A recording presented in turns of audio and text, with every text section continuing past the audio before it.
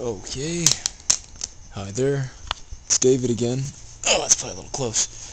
I'm gonna read a new book I got from the library called Schopenhauer by Julian Young.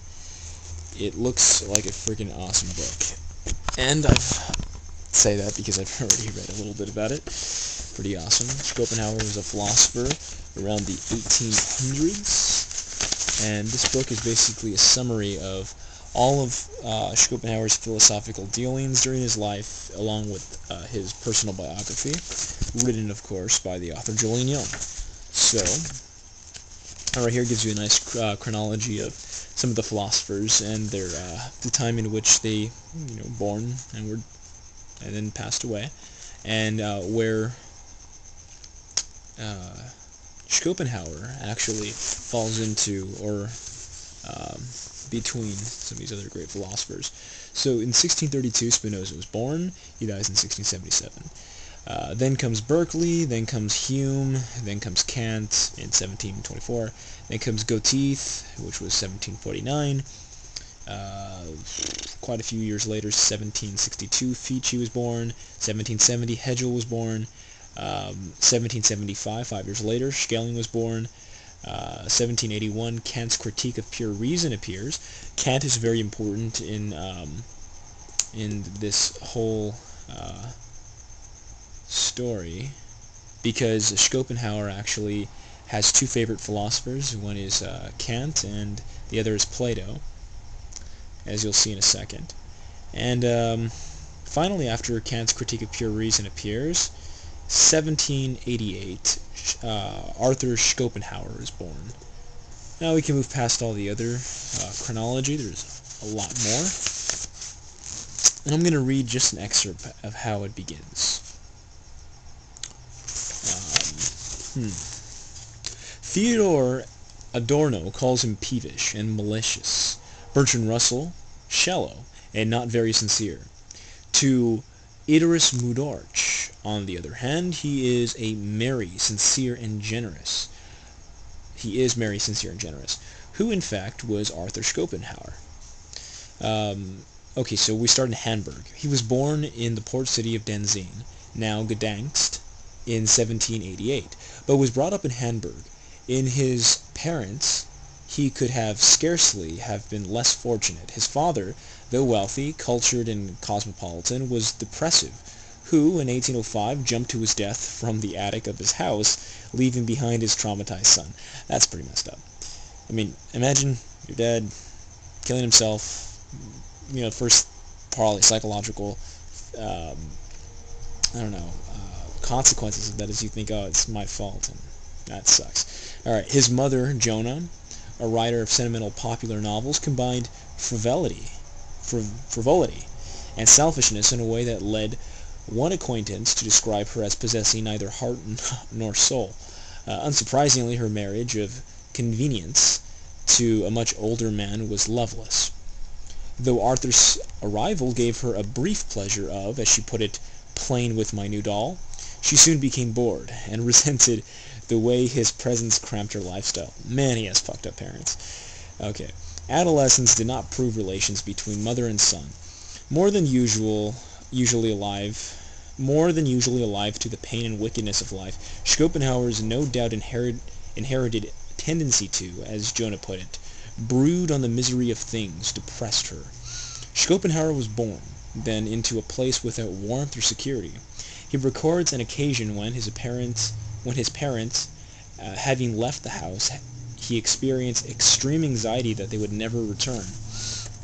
Anxiety remained with him all his life. I always, he remarks with the characteristic honesty, have an anxious concern that causes me to look for dangers when none exists. Schopenhauer was often gruff and did not suffer fools gladly, but unlike Friedrich Nietzsche, whose philosophy is dominated by his love-hate relationships.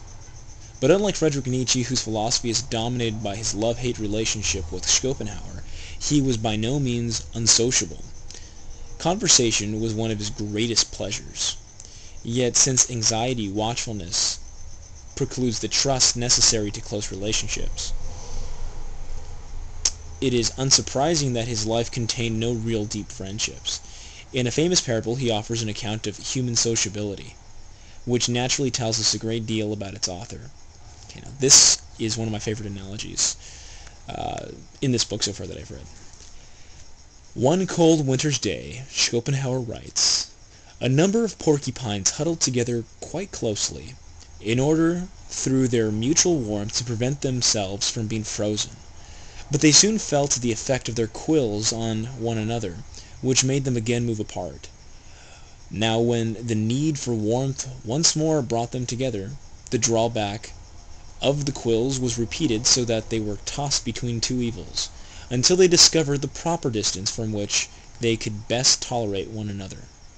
Thus, the need for society, which springs from the emptiness and monotony of men's lives, drives them together, but their many unpleasant and repulsive qualities and insufferable drawbacks once more drives them apart. The mean distance which they finally discover, and which enables them to endure being together, is politeness and good manners. Whoever does not keep to this is told in England to keep his distance. I could go on. I mean, the next line is pretty interesting, so you could tell Schopenhauer, in some sense, was a social guy. When all I have to do is read this. Schopenhauer clearly had a powerful sex drive. As we will see, he views sex as the invisible central point of all action and conduct. In further, really interesting about this guy, but his sexual relations were consistently unsuccessful. Women he disposed to love would not sleep with him, and the women who would sleep with him were whores and actresses that he did not love. With the exception of one actress, singer, Caroline Melvin, but I'll stop right there. Anyway, Schopenhauer is a supremely interesting author, and I'm not just saying that because I've only read a few. Well, maybe I am. I've read Descartes, I've read a little bit of Ayn Rand, I've read a little bit of the background of George Smith, a couple famous atheists so far I'm naming, a bit on Bertrand Russell. All of them equally fascinating. But Schopenhauer, most philosophers, as you'll notice if you read their backgrounds, have some sort of psychological feat that they overcome in their childhood or sometime in their life. Kierkegaard, another one that I've read some of his biography and somewhat autobiography through his philosophical writings. His tremored area in his lifetime was during when his wife left him, and again with the whole feat with his father not really loving him and kind of tossing him aside, things like that.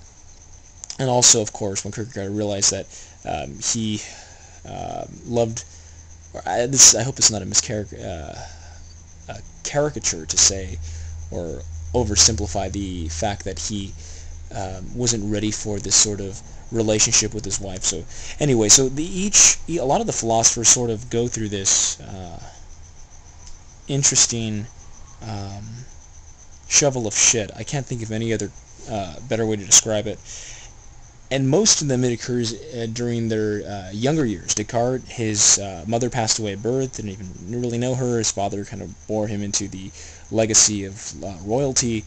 But Schopenhauer, I mean, his parents hated him. It was just fantastically interesting. But nonetheless, that didn't make him turn out to be I think it was Thomas Hobbes, I think, where he's afraid. I mean, hopefully I don't have the wrong philosopher. I think it's Thomas Hobbes, where his philosophy is completely, overtly directed by,